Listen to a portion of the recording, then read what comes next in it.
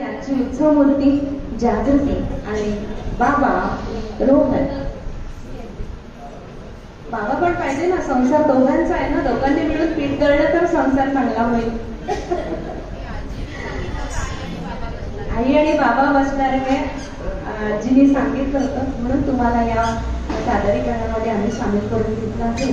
आणि संसार हे जात्याची दोन काय म्हणता येईल, गाणी म्हणताना येणार जात्याचं जे गोल असतात ना, ते एक स्त्री आणि पुरुष म्हणजे नवरा आणि बायको असतात. तर त्यांचं हे जातं नीट केलं तरच संसार चांगला. पाच सगळे अनुभवी लोक इथे बसलेले आहेत, मी अजून जास्त काय सांगणार.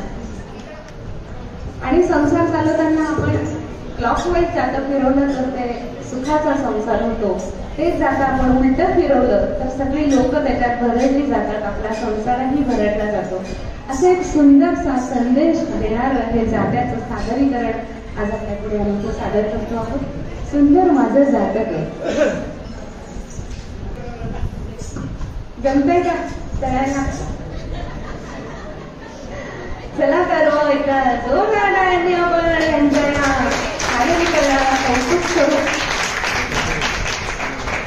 टाळ्या दिल्या. तुम्हाला वाटेल मी सारखं टाळ्या वाजवायला का सांगते? अहो दुपारची वेळ आहे, दुपारची वेळ आहे.